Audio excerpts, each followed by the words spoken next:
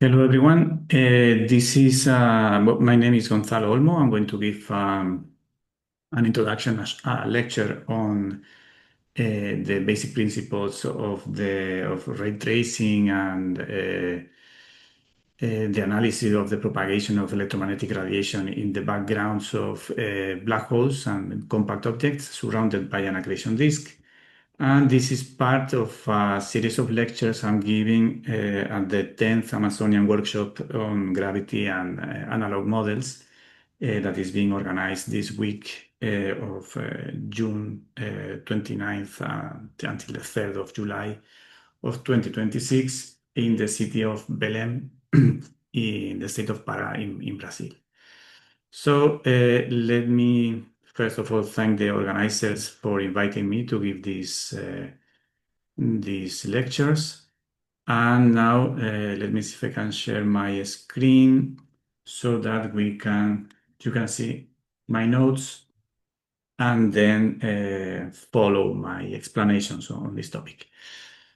So the idea is to start first with this initial introduction. We will set up the equations and discuss the initial conditions to proceed with integration. And this is the basic first step that we need in order to generate the intensity profiles of accretion disks. And to make this long story short, just let me show you a picture. So here we have the image of M87 from different perspectives. This is a supermassive elliptical galaxy that is far, far away from here. And this galaxy became famous in 2019, if we are not wrong, because the Event Horizon collaboration, they were able to map the central region of the black hole of this massive galaxy. So this is the huge elliptic galaxy. In the center, we see these jets, because this system is accreting matter and ejecting. And zooming into this region with very sophisticated interferometric techniques, they were able to produce this image of the accretion disk that surrounds the compact object that lies at the center of this galaxy. So this compact object, I will assume that is a black hole because it fits very well with the expectations from general relativity. I'm not going to propose alternatives for this interpretation, but there are many, okay?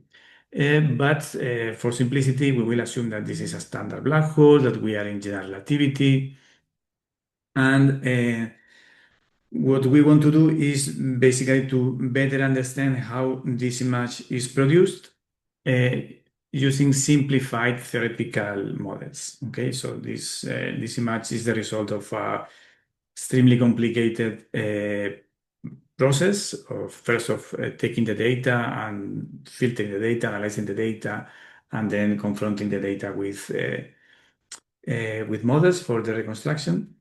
And mm, there is a lot of complex astrophysics in this object, in this system. And what I will do is to simplify as much as possible the astrophysics in order to focus on the conceptually most essential or more elementary aspects that are relevant for theoretical physics. Okay, because we want to confront theoretical models of black holes or of different alternative compact objects.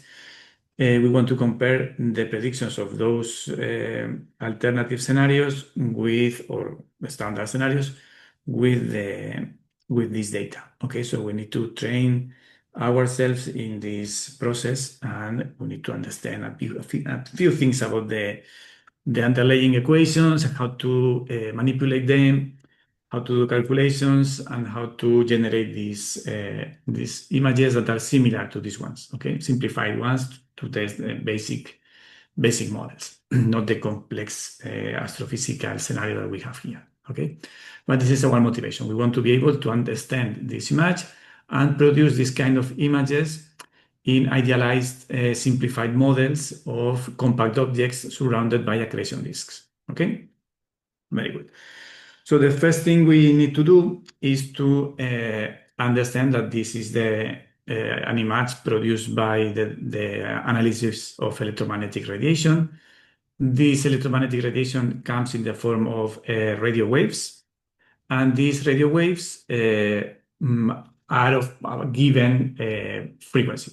Okay, and the chosen frequency in this case is a combination of the properties of the medium where this black hole is located, and also of the medium where our detectors are located. Okay, so it's important to remember that these radio waves are peaked at 230 gigahertz, and this is simply because at these frequencies, these are the frequencies that can escape from this violent astrophysical environment. Okay, there are many sources.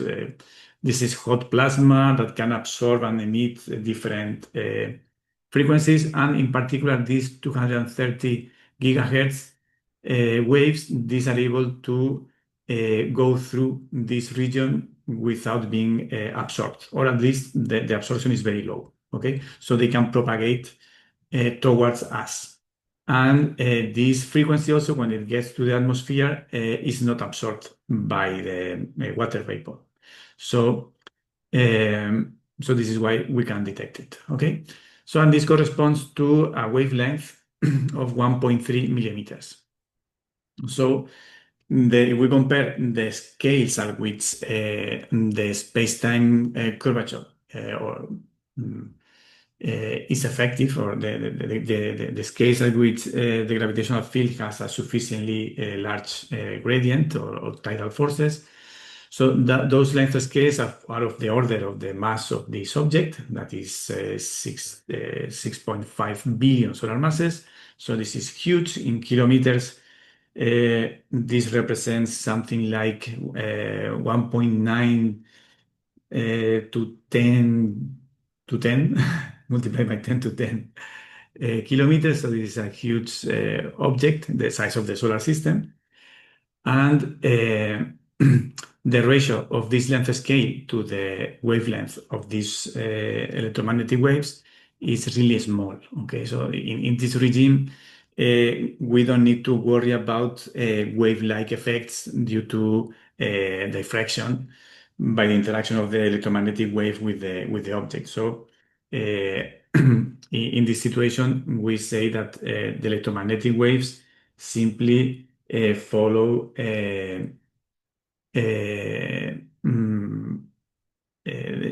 geodesics of the space-time. So we are in the geometrical optics approximation because the wavefronts of these waves simply propagate and follow the curvature of the space-time without experimenting other effects, propers of waves in interaction with a medium. So what we want to do is to study the propagation of those electromagnetic waves, is to simplify the electromagnetic equations in this context, in which the wavelength is much smaller than the typical scales at which the environment changes. So what we do is to consider Maxwell equations. Okay, these are the Maxwell equations, the simplest case of electromagnetic waves, and we can rewrite these equations in terms of the for potential in this manner. Okay, and then we can simplify imposing the Lorentz gates. This is this condition, so we get rid of this term. The other term with the Ricci in the case of a Schwarzschild black hole, for instance, is zero simply. Or in other cases, this is the Ricci tensor is like a curvature. So it has dimensions of 1 over length square, and the proper length scale of the gravitational field here is the mass of the black hole, which is huge, as we showed here. Okay, so this quantity will be negligible in our discussion.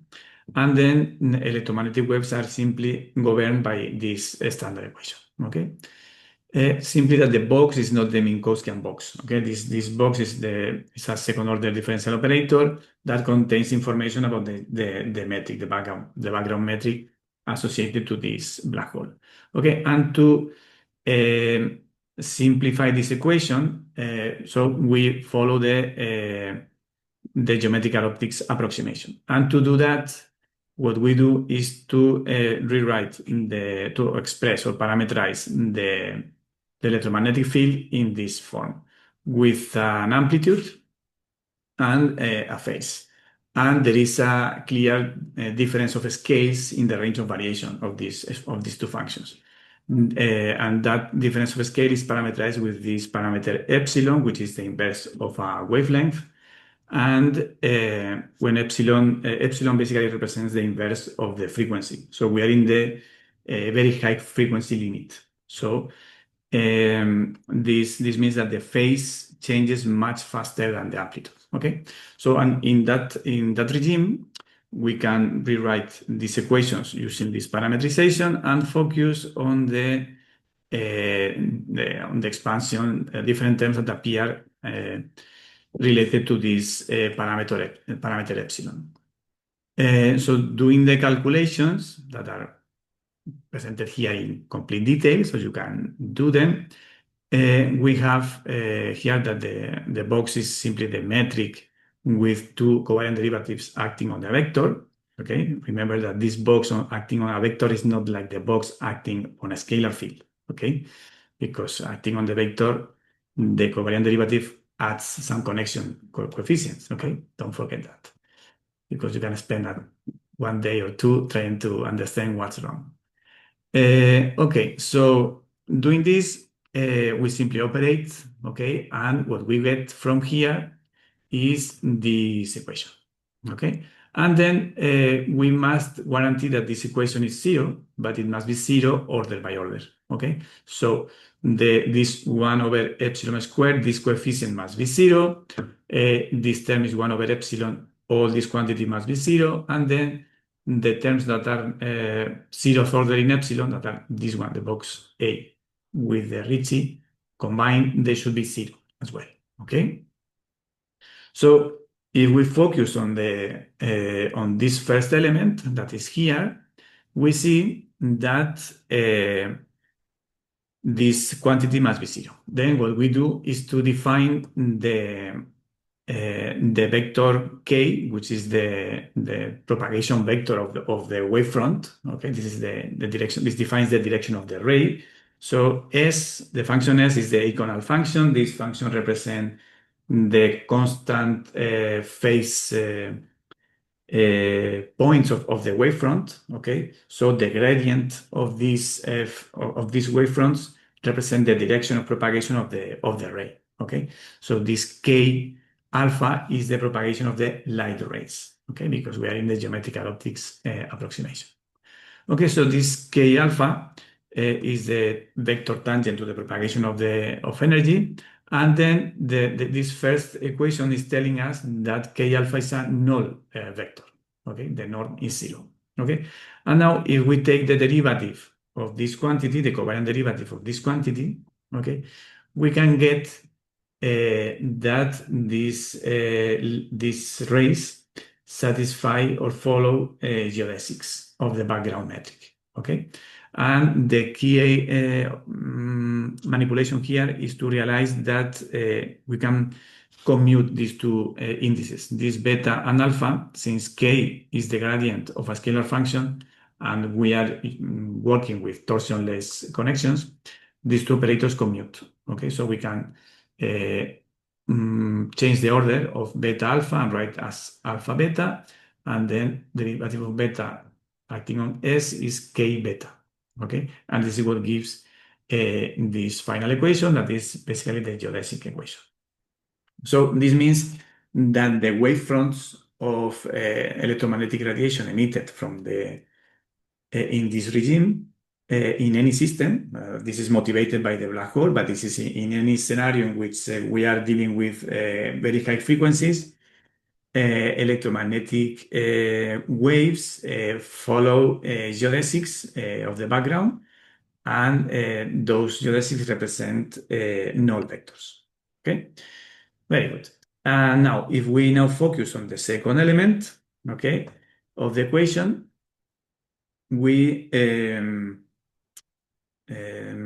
let me see. Yes, we simply write this box S as the double derivative acting on S. This first derivative is just the momentum, okay?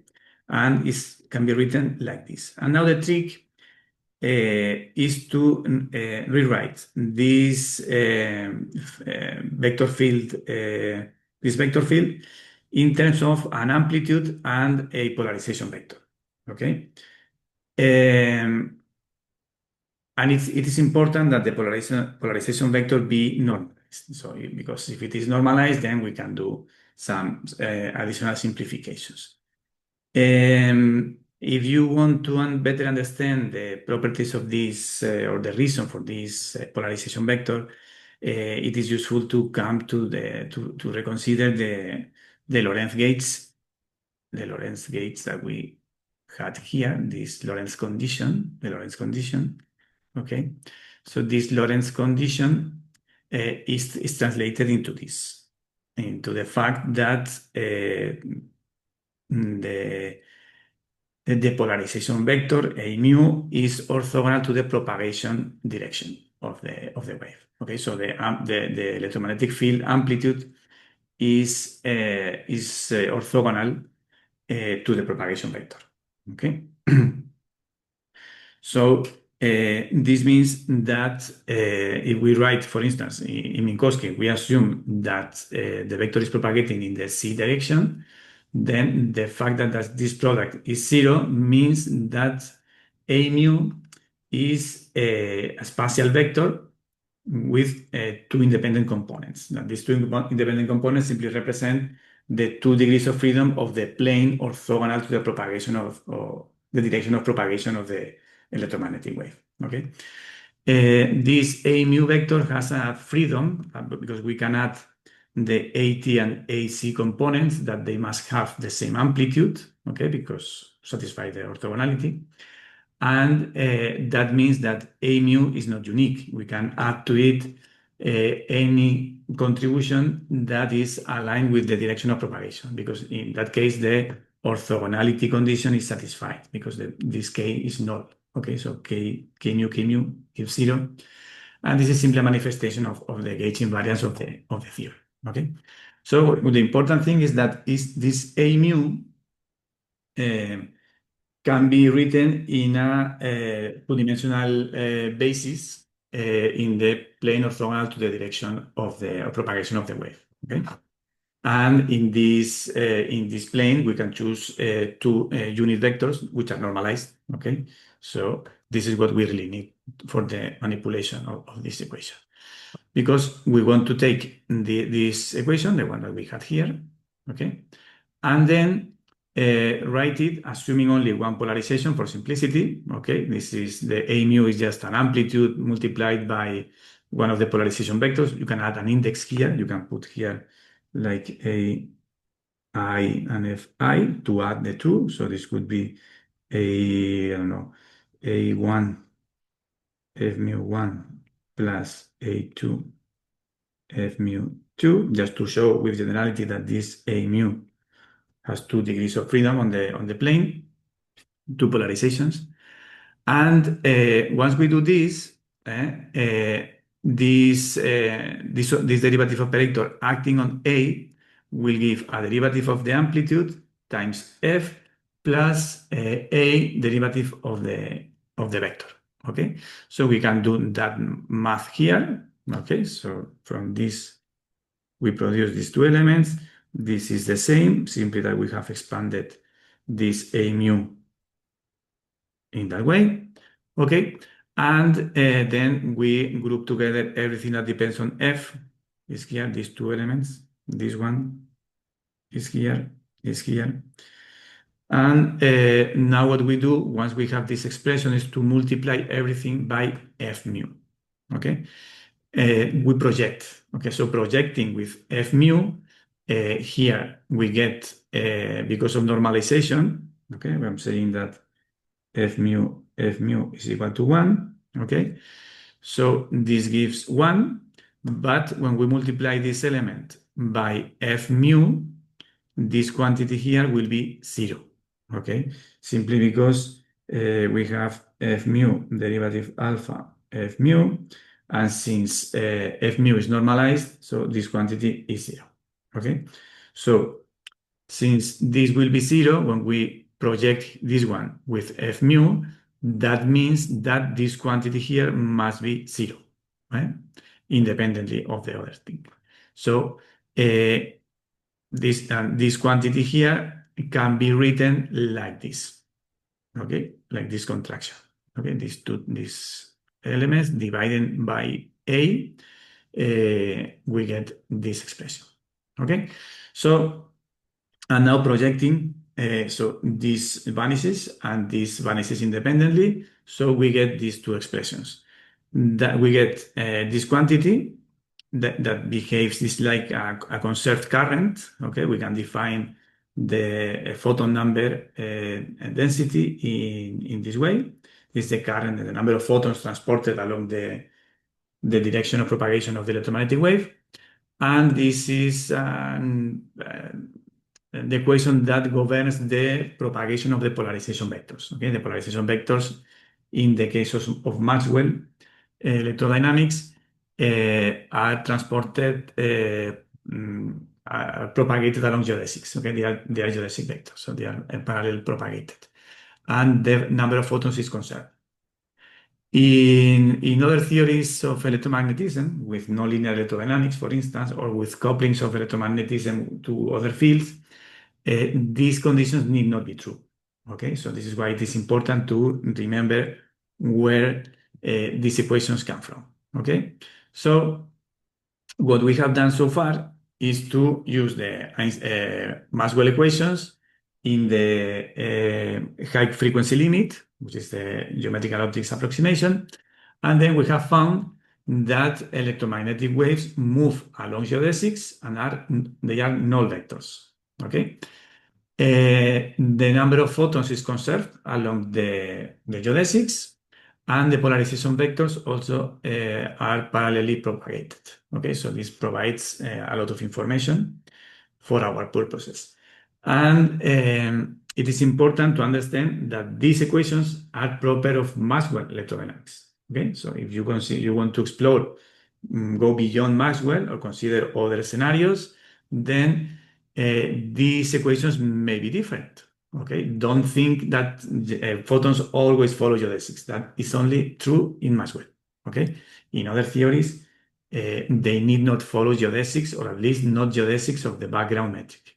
Okay, that the number of photons is conserved is also a property of Maxwell equations. Okay, in nonlinear electrodynamics, maybe photons are not conserved in the same way. Okay, and for polarization, this equation can be also different in different scenarios.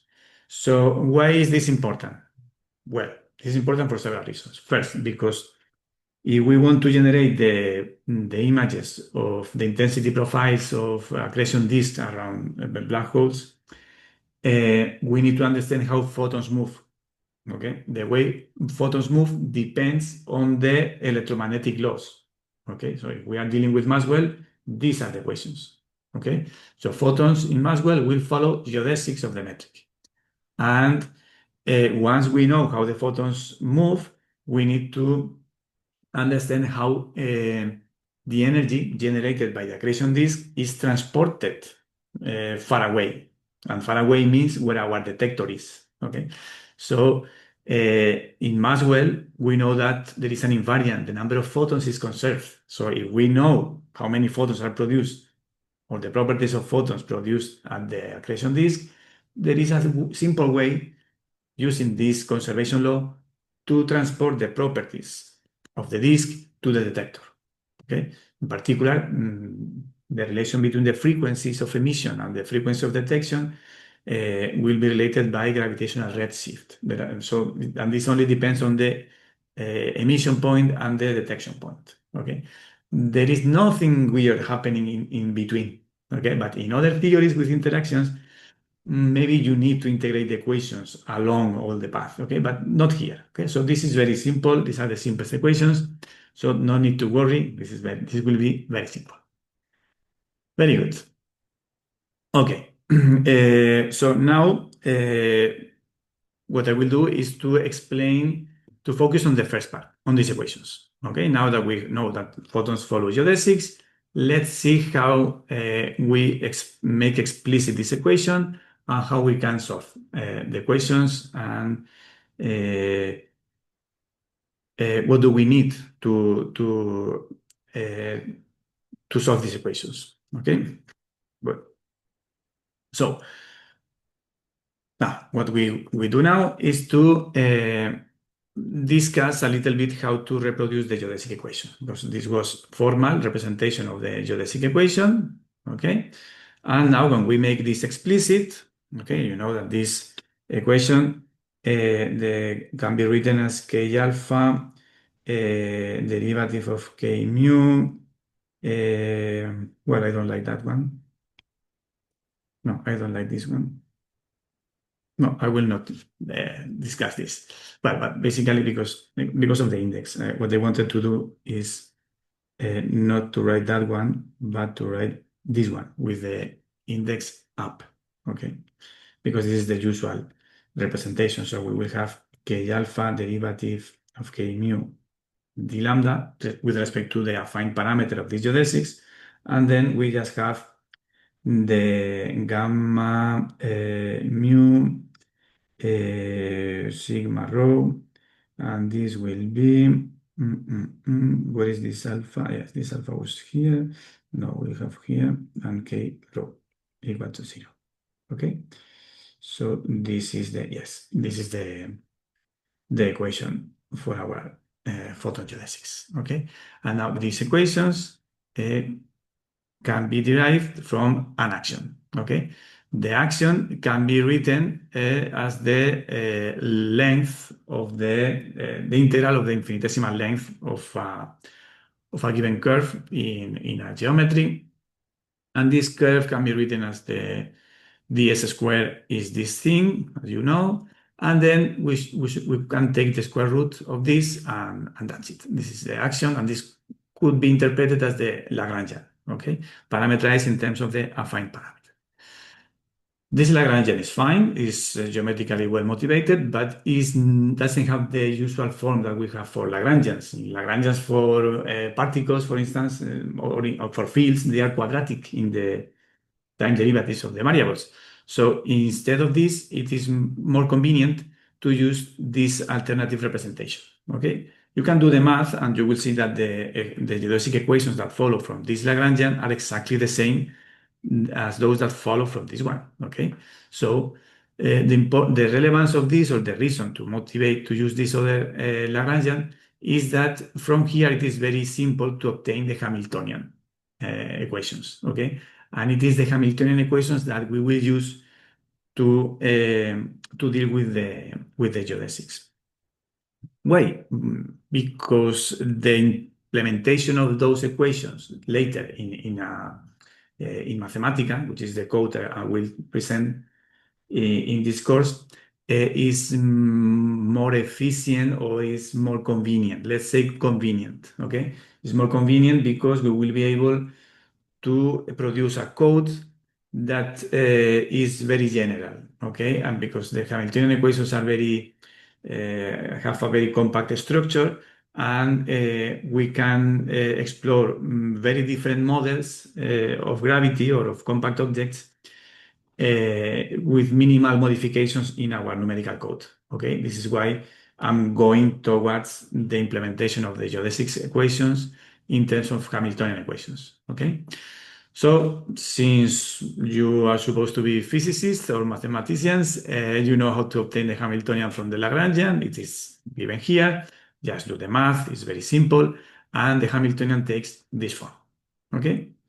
And this is what we wanted, because the Hamiltonian equations can be derived by basically taking partial derivatives of this function with respect to the positions and the momenta, and the positions are only here in the inverse of the metric, and the momenta are only here in these quadratic pieces. So it will be extremely simple to write the equations. Okay, so once we have the code written in this form using Hamiltonian equations, to define our model, we only need to specify the metric and compute the inverse. And with that, everything is done.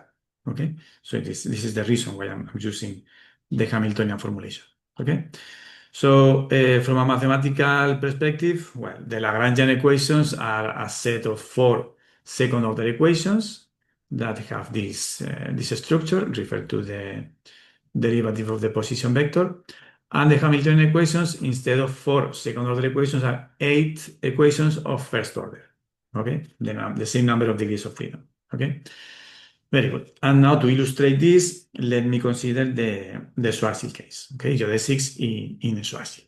In Schwarzschild-like spacetimes, because I'm not specifying the form of the function a. So I'm simply assuming that we have a spherically symmetric line element that is static. So there is only radial dependence. Okay, this is valid for Schwarzschild, for Reisner-Nostrom, and for many other modifications or alternative spacetimes that you can imagine.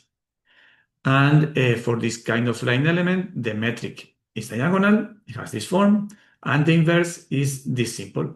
Okay, we just need to invert these quantities. Now, having the inverse metric, we can compute the Hamiltonian here in matrix form. It's very clear, it's very simple, and this is our Hamiltonian. Okay, this is what we needed. This is the Hamiltonian, perfect. And now we need to compute the Hamiltonian equations, which is basically we need the equation, the first order derivatives of the position vector, which is the zero component is time, radius, and the angles.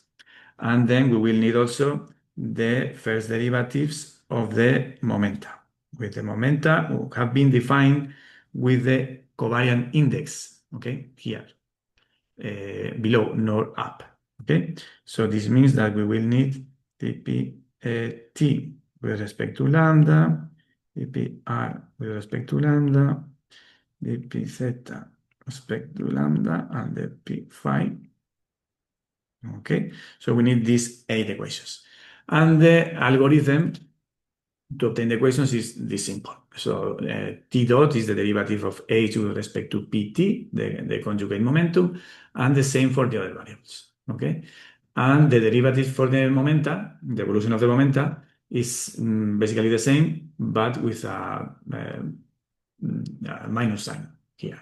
Okay, and this is immediate. Okay, here we just do the math.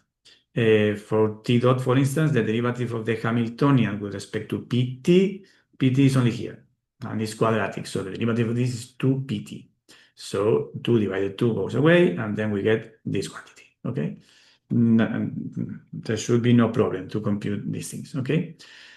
In any case, from a computational point of view, we just define this function with this and ask Mathematica, that is the system we will use to implement these equations, to compute these partial derivatives, and it computes everything formally, and we can simplify and do things. Okay. The obvious simplifications in our case, which are spherically symmetric and static, is that there is no time dependence. Therefore, since there is no time dependence, the derivative of the temporal momentum is 0. This means that there is a conserved quantity, that is the energy. So Pt is defined as minus energy. This is constant. And the same happens with the derivative of the Hamiltonian with respect to the angle phi. Since here there is no dependence on phi, the metric does not depend on phi, so this momentum is conserved. So, and then this means that the z component of the angular momentum is conserved. Okay. The other momenta take this form, And that's it. We can replace here this p phi square can be written in terms of this constant, so we can simplify things. This pt square is the energy square. This will be the LC square, and so on. Okay, this is very standard. So this is what we get. That we know that this momenta are conserved, so we have the simplifications for T dot and P dot. Okay, and the angular part of the Hamiltonian, this sector here, we can group it together, taking this R square here, and this spherical sector. Here we can define the total angular momentum squared, in terms of these quantities. And using these formal equations, without the need to specify the form of A, okay, we can check that this L squared, the total angular momentum, is a conserved quantity along the trajectories. Okay, so the derivative with respect to the affine parameter gives 0. Okay. So the L square is conserved. So we had the axial component of the angular momentum and the total momentum are conserved. Okay, very good. So this gives useful information about the motion of photons, that photons are moving on a plane. So this will allow to make some simplifications. Okay, but we don't really need to get into that. Okay, those details are a fact, something that we really know. We have read and seen in many scenarios, but for our purposes, it's not really relevant. But in any case, it is useful to understand a little bit better the properties of the angular momentum and L square. Okay, and just let me briefly comment on this, how to construct this vector L. Okay, and this give explicit, a concrete representation to this L square.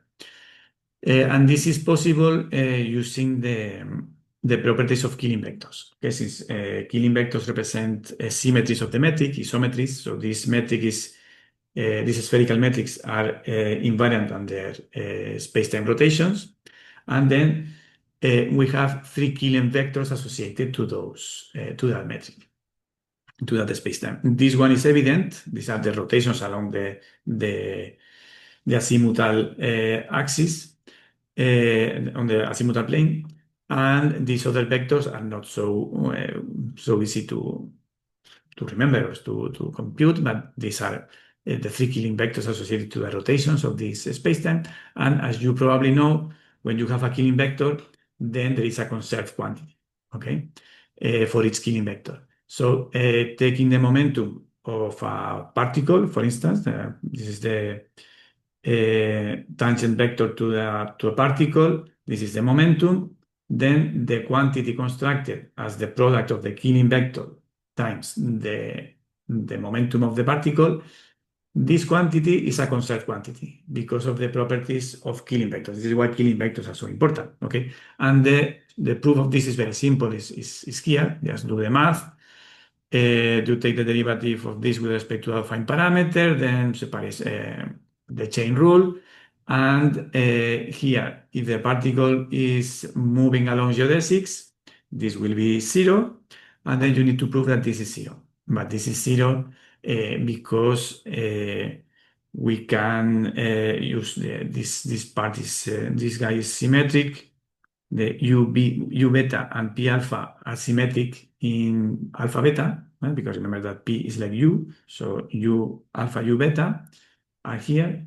And this other quantity is antisymmetric in alpha beta because of the Killing equation. This is Killing equation, so we are contracting something symmetric with something antisymmetric, so this is 0 formally. Okay, so this is absolutely general for any space-time giving Killing vectors. And knowing this, and knowing that we have these 3 Killing vectors, we can construct 3 scalar quantities that are conserved. And these 3 scalar quantities are the different momenta, the angular momenta of the spacetime. So L3 is obviously P phi. This coincides what we got here from the Hamiltonian equations. Okay, this was a conserved quantity. And the other two are simple to derive. Just multiply these Killing vectors by the for momentum, and you get these quantities. And these quantities should be conserved scalar quantities. Okay? And once you have these L1, L2, and L3, you can compute the square, sum them, and show that they take this form. Okay, this is L squared, and this is exactly what we did here. Okay, we motivated that the total angular momentum should have this structure, and we showed that it was conserved. Okay, and here we are doing that explicitly, constructing these three components of the vector. And if you take, for instance, this L1, this quantity, okay, you take the derivative with respect to lambda, and you can show that this quantity is indeed conserved. This is zero. Okay, so you can construct explicitly a vector, a free vector, okay, with three components that are individually conserved. Okay, and the modulus of this guy is L squared, is what we call as total angular momentum. Okay.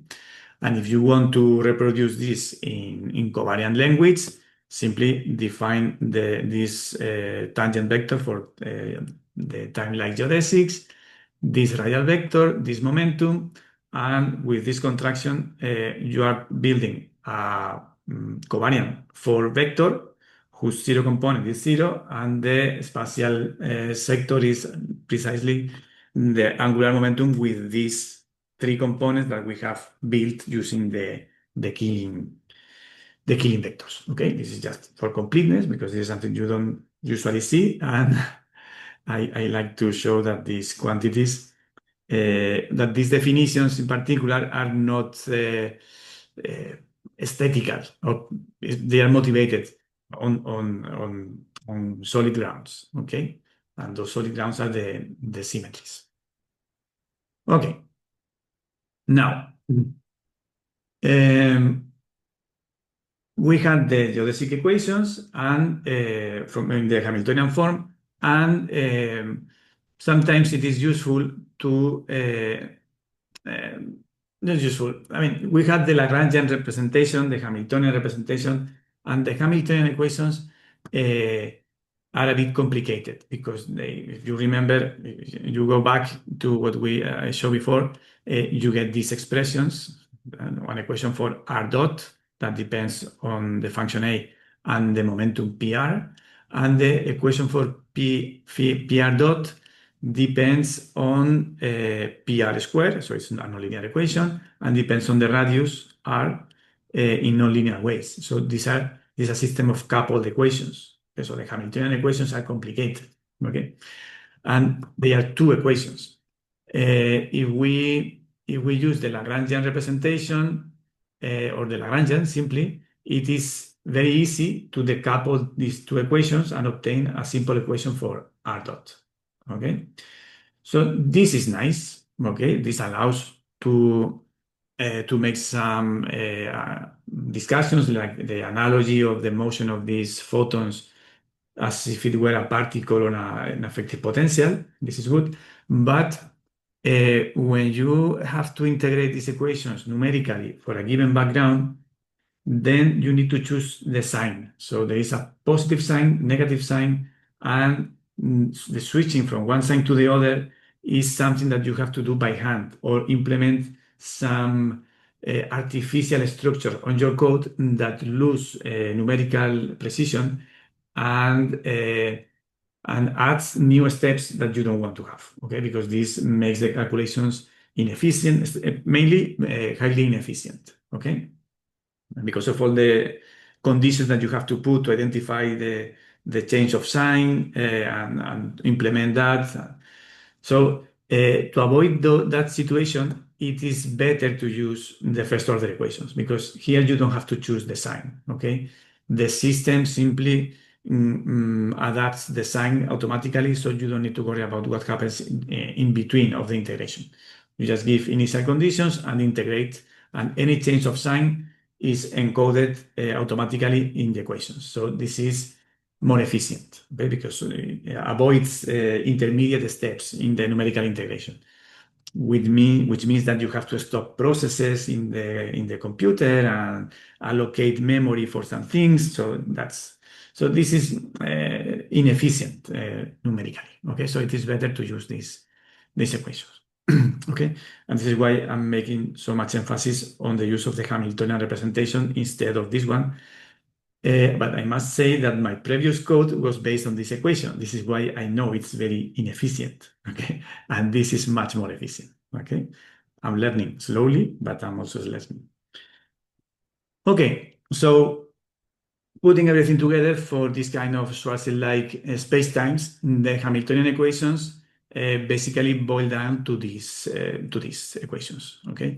For the spacetime, mm, since the motion takes place on a plane, okay, because of the conservation of total angular momentum, we don't need to worry about the theta dot equation. And we just need to consider the r dot and for the momentum p r dot, okay?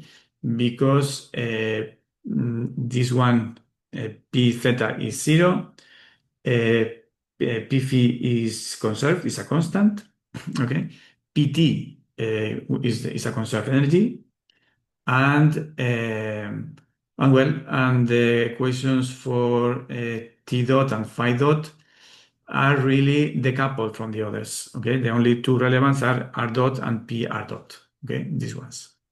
So the question for t and for phi are really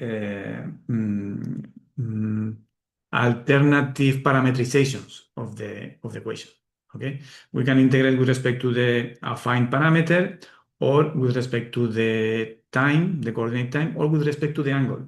Okay, but those are simply alternative parametrizations. Okay, so the simplest and most direct way is to integrate with respect to the affine parameter, and once we have the dependence of r with respect to lambda, we can simply integrate these two, okay, if we want, but we don't really need to integrate these two, okay?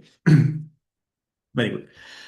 So that's it. In general, we will need to integrate only 6 equations, okay? And those are these 3 for the spatial sector and these 3 for the momentum, okay?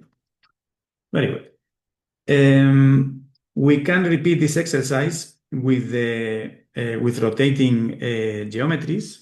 Okay, I will go through it very quickly because I want to show simply a new constant. Okay, in the spherical symmetric case, we saw that there was the total angular momentum squared was conserved. When there is rotation, it is not the total angular momentum, but another constant that is conserved, and that is very useful. Okay, we will need that constant for to have control of our integration of the equations.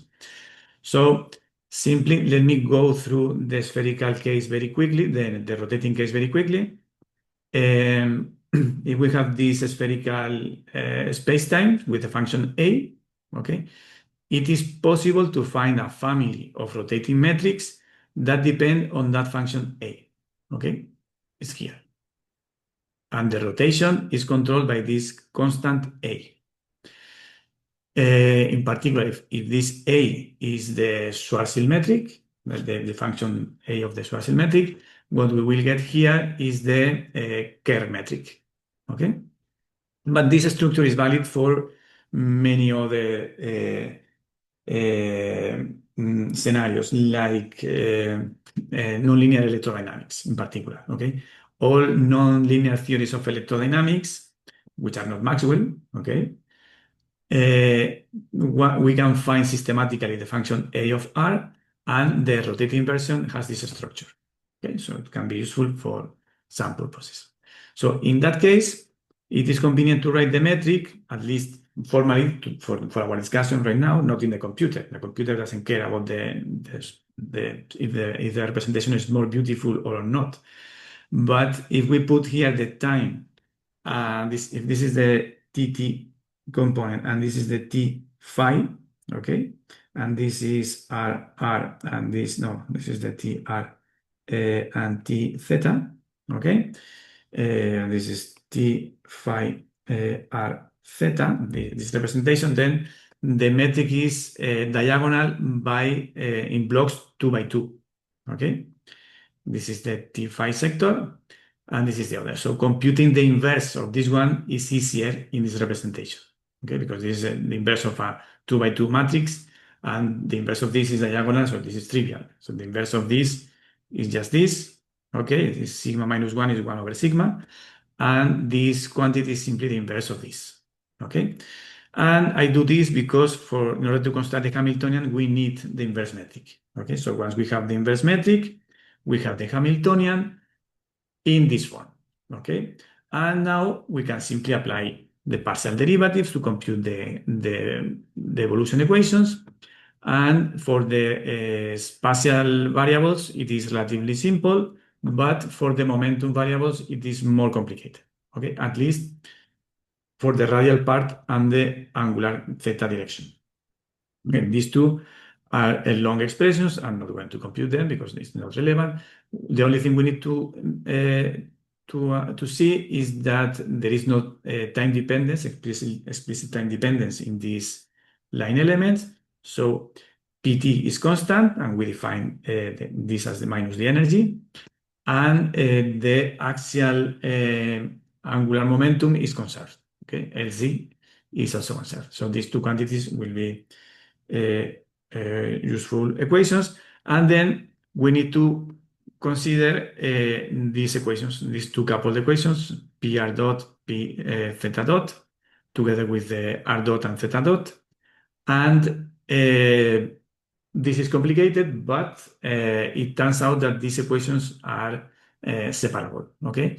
It is possible to write those the equations for R dot and theta dot in this form. Okay, so this is the summary of what I want to say. Okay, so and this is possible thanks to the existence of a conserved quantity that is called the Carter constant, that is represented by this Q. How to prove that is relatively easy. Once someone very intelligent solves the problem, we just can understand and say that it is easy, but it wasn't until someone did, Carter did.